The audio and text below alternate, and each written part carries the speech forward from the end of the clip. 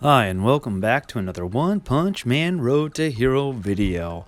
I am Doja-san, and today we're going to talk about the Novice Hero Trial. That is the event that is going on right now.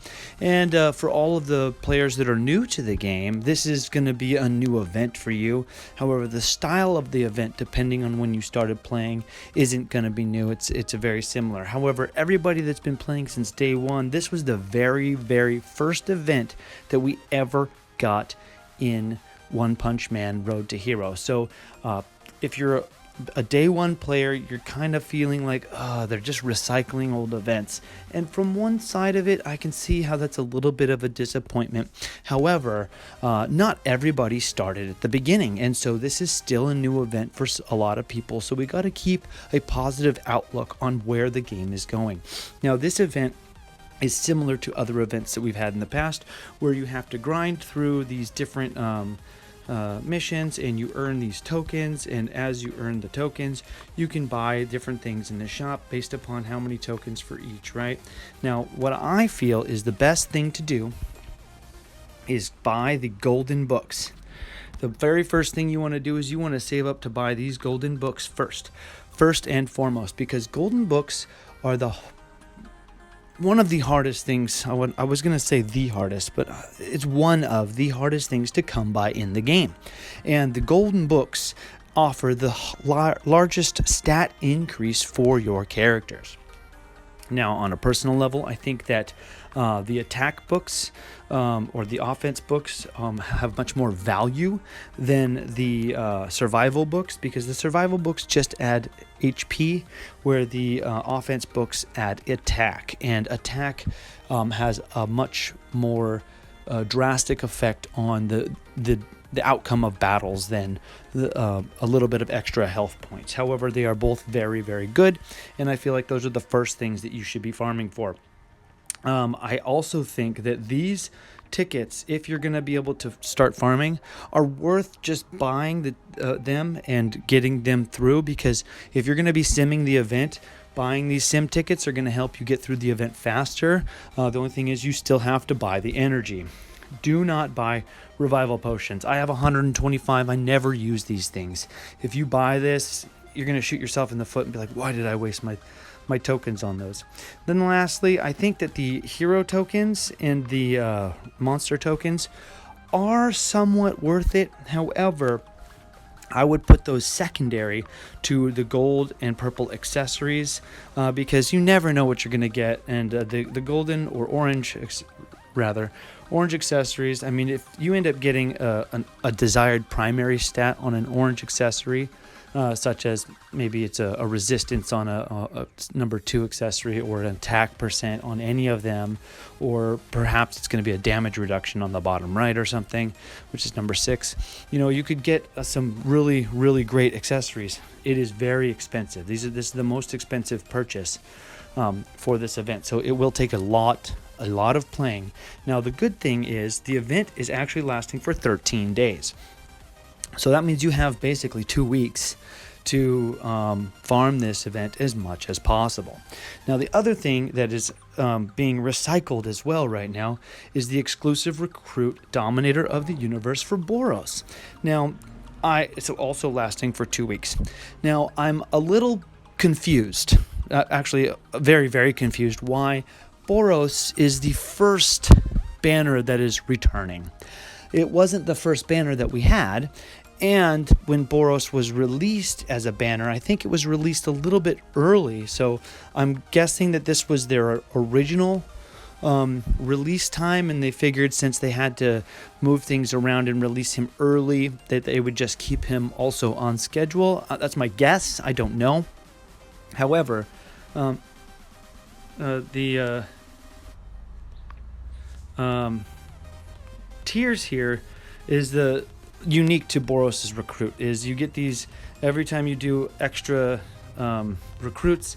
Then you can get better and better items, and then when you actually recruit 200 times, which is 20 multis, right, then you're guaranteed to get Boros. So that's really cool. So like, he's the first character that you literally can pay for. You can literally buy him. If you don't get good luck, you can still get him by getting to 200 opens, and then get this crate right here. And so what's the math on that? Well, if it's 25 for 10, and you got to do it 20 times, 20 times 25, well, that's 50,000 gems. 50,000. I've got 29 saved up. I don't have enough to guarantee getting Boros, so I don't think I'm going to open any. Although opening 50 for these kind of feels worth it, but not too sure exactly, because you can spend 3,600 for each of these. So just the 3,600 gems from what are the things, the mystery shops, the vending machines, right? You can get them. So if you consider that 36 times 2 is what 7,200, half of the crystals you're going to spend, or more than half the crystals you're going to spend to get to here, is going to be just for the books anyways. So you're getting a discount, plus you get a purple accessory, and well, who cares about the blue ones and the minimal cash, right? So it might be worth it for you if you don't have a lot of books saved up. I've been saving up some books because I want to make sure that I have enough to apply to a character that's like new that I want, right? It takes 16 books per character, 16 of each book per character. So, I have enough right now, and I'm going to get some from the event.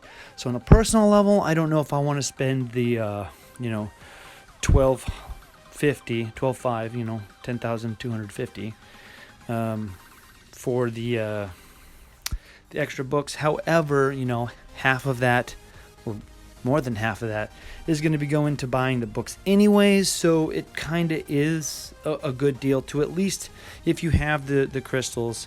If you've got 12,500, I think it's worth it to get here. I did last time, because since this is a recycle and the event is repeating itself, it's going to go ahead and we had these. I kind of wish that since I had bought in like 80, if it had maintained my recruit from last time, then I would actually consider going all the way to the 200 to get Boros. Now you can also, if you don't have the gems, the cool thing, where is it? You can actually spend real money to get some of these tokens, right? So you can buy this twice, so you can get that one. You can buy this one 5 times if you want. So you can actually spend real money on getting Boros. If you buy this one and you have some crystals saved up, that might be enough to get you to unlocking Boros. And then there's some other interesting things here, like you can buy 2 orange accessories. Wow. I'm not too sure if I feel like this one is worth it. You can buy it 10 times. Who's going to spend $500? It says it's a 400% value, but I'm not too sure. So, by all means, if you're a spender, I think it's totally worth buying Boros because of the fact that you're guaranteed to get him. Now, on the flip side, Boros' character kit, if we go to album here, we look at 3-star characters and ones that I don't have. Boros' combos and everything, he's really great. However, he doesn't parry, and from my understanding, he doesn't have a naturally high resistance. You can go ahead and check out my older video when I went over his kit. He's sources locked. So, and his ability is super cool.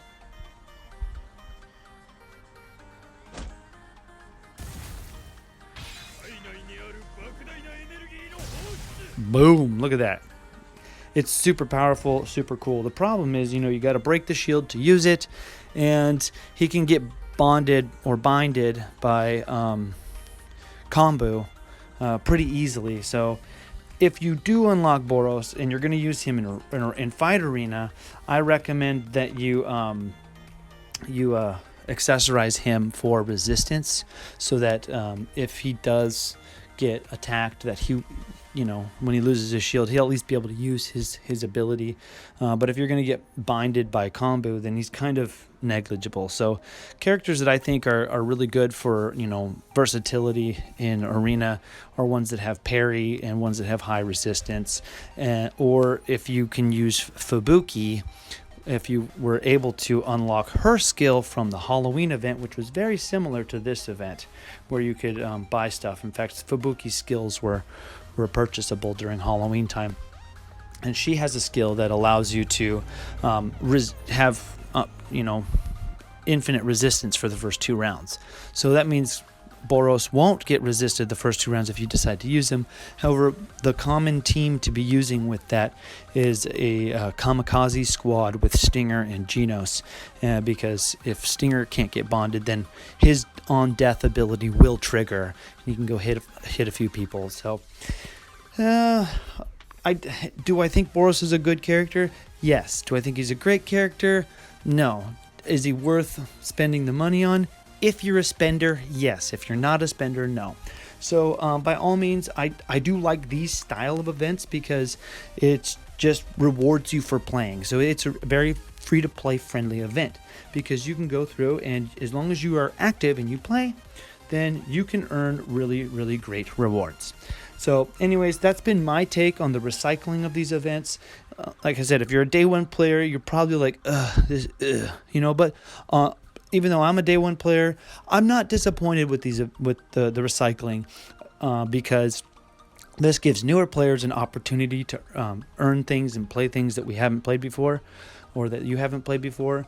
And I like these particular style of events because they're very free to play friendly.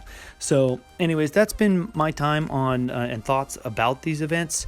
Go ahead and farm them out. Try and get to the highest difficulty you can, and earn these tokens so that you can buy as much as you can from the shop, and then that way you can reward yourself for being active. Anyways, go ahead and one punch that subscribe button. Until next time.